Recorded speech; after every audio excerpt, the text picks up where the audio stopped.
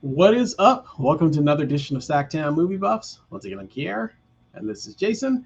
And today we are reviewing a new horror film that is only playing in theaters, and that film is called The Black Phone, or Black Phone, I should say. And without further ado, I say we get right into it, and I'll go ahead and take this one on. Um, so, The Black Phone is it's a horror film. Basically, it stars. I guess it's more about this family. I'll start with them. So it basically stars this boy named Finney, and a sister named Gwen, and they live with their father.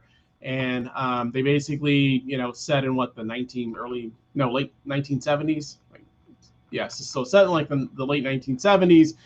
They live in this town where basically looks like mostly, I think it's only boys, are being basically kidnapped, and they just disappear, and no one kind of knows why or who's kidnapping them and what's going on with them.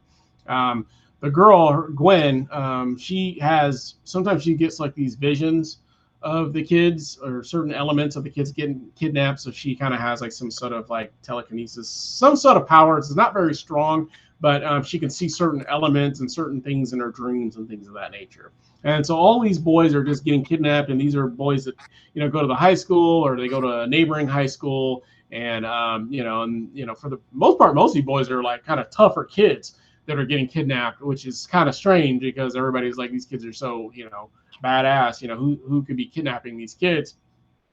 And then they're all kind of concerned and scared that maybe they're going to get kidnapped or whatever case may be, and they just call the person that's kidnapping them the grabber, and I think that's the only name you really learn of this person for the most part through the entire film. And the grabber, and it's not a spoiler because it's obviously on the cover, is actually played by Ethan Hawke, and he wears more or less this mask that's there on the cover of the entire film. And so of course he eventually kidnaps Finney, and basically throws him like in this basement in his house. And in the basement, all there is basically a bed, there's a toilet, and there's a phone that doesn't work. It's like disconnected and said hasn't worked for years. The boy knows that he's stuck down there, even though his captor tells him that, I'm going to let you go. But he knows that he's stuck down there, and he doesn't 100% believe him because all the other boys that were kidnapped were never released and never let go. However, there's some supernatural elements. So the first supernatural element is obviously Gwen, who gets these visions and things of this nature. And so she can see certain things, that are happening to not only the previous boys that were kidnapped, but also to Finney. And she's trying to figure out maybe where he is with these dreams. And she's trying to share these dreams or partial dreams with the detectives, because they're looking for any clues they can, because they don't know who's been kidnapping these boys. All they know is that whoever's kidnapping them must live somewhere in that neighborhood or in that vicinity, because that's the only place that he grabs the boys from, is from that town, and he's getting them pretty quick in order to to get them back to his house. But also the black phone element of it is basically the disconnected phone. Fanning starts getting calls on these phones, and when he picks it up, it's basically the voices of the other boys that have been kidnapped.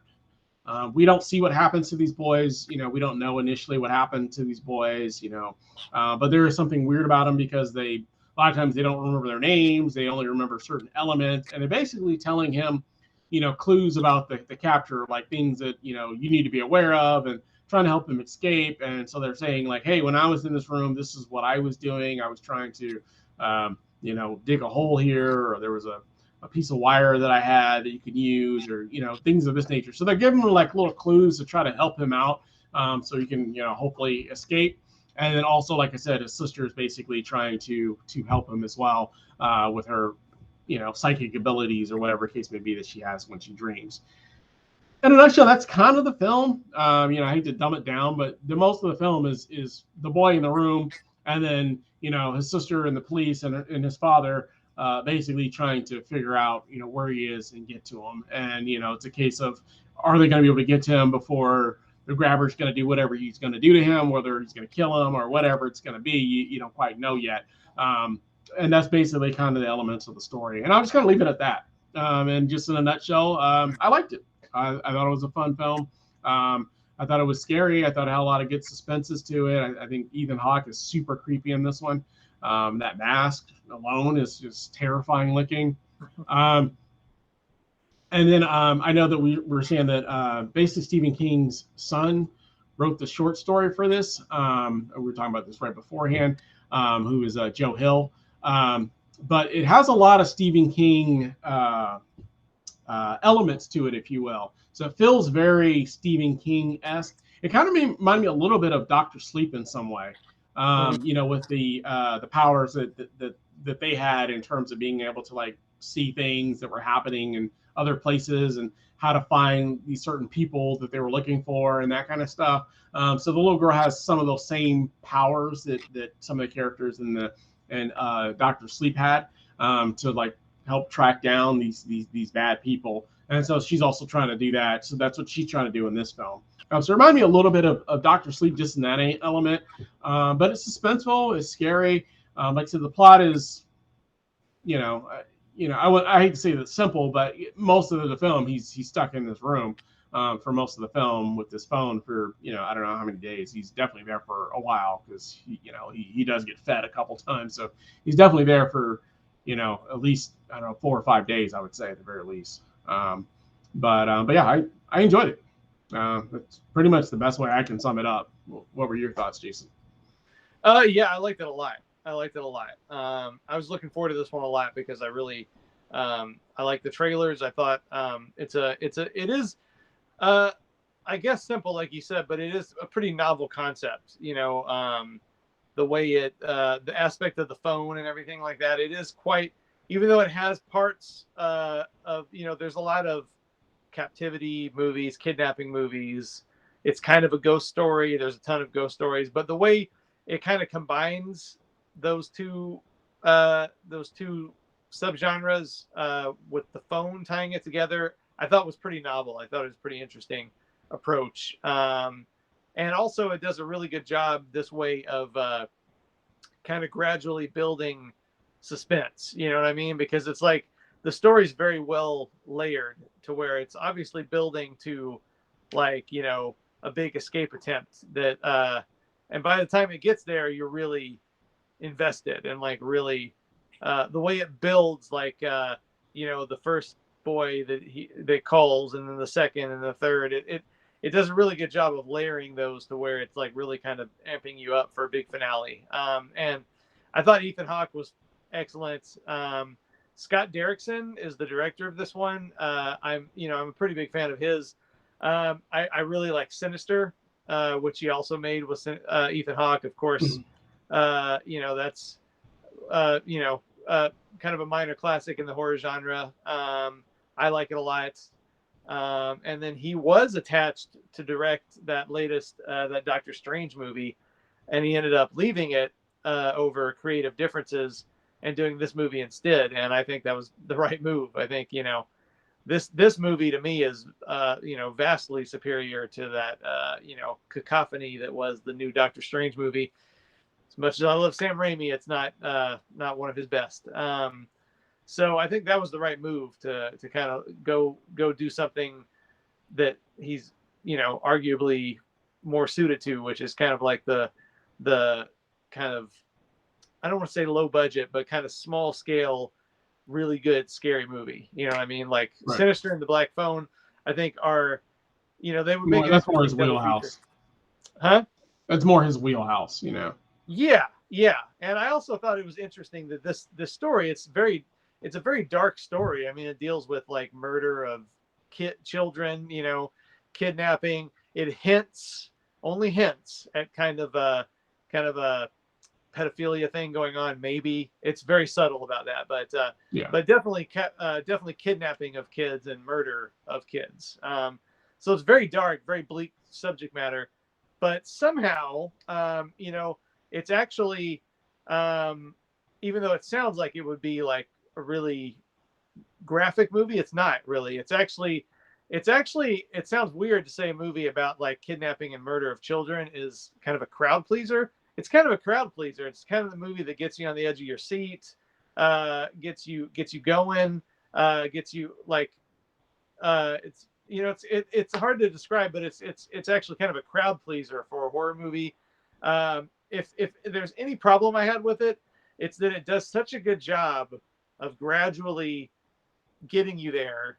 You know what I mean? Like that when that I just personally I wanted a little bit more of a finish. You know what I mean? Like I wanted like I don't know. It like did such a good job of building the suspense up, and then it was just kind of over too fast. In my opinion, might not bother me the second time, but I guess I just wanted more of a climax there. But I mean, there's no argument with anything that's there. I thought it was really well made. It looks great. Sounds great. It's scary. It's suspenseful. It's creepy. The acting is all very good. I guess I just wanted a little bit more punch to the ending, I guess. But again, that might not even bother me when I watch it again, which I definitely will. So cool. yeah. I don't think I had an issue with the way it wrapped up personally. I thought it was pretty satisfying for me. For me personally, I thought it was pretty satisfying. So I kind of like the way that it wrapped itself up. And I don't think that part bothered me so much. I did like that it was a little bit of a slower build up a little bit, and you didn't know exactly where the story was going, in terms of exactly what was going on in the very beginning. You kind of started to figure out as the kids started calling in more and more kind of what this guy is all about that kidnapped them, because because even when he first kidnaps them, he was like, "Are you the one that's kidnapping all these kids?" And you're like, "No, that was a different guy." So he wouldn't even own up that he was the one that was kidnapping the kids at first. But no, I enjoyed it, mostly throughout, and thought that the ending I thought it was satisfying for me. I was definitely pleased with the way it ended, and like I said, it's a crowd pleaser, but it is definitely a horror film for sure. It's really void of a whole lot of most of the horror or the action, I guess, comes maybe towards the end, other than some flashes here and there, some jump scares here and there. But like I said, the plot is definitely, I hate to say simplistic, but it is mostly the kids stuck in a room kind of situation. So which is fine. There's not a big issue with that, but just that is most of the film. That's why it's a little hard to like really go into full details of the film, because it's mostly him taking calls on this black phone that doesn't work. So yeah, cool. Anything else you want to add about Black Phone? Nope. All right. Well, overall great. And Face, you're going to give this one? I give this a real solid 4 out of 5, B+. So happy.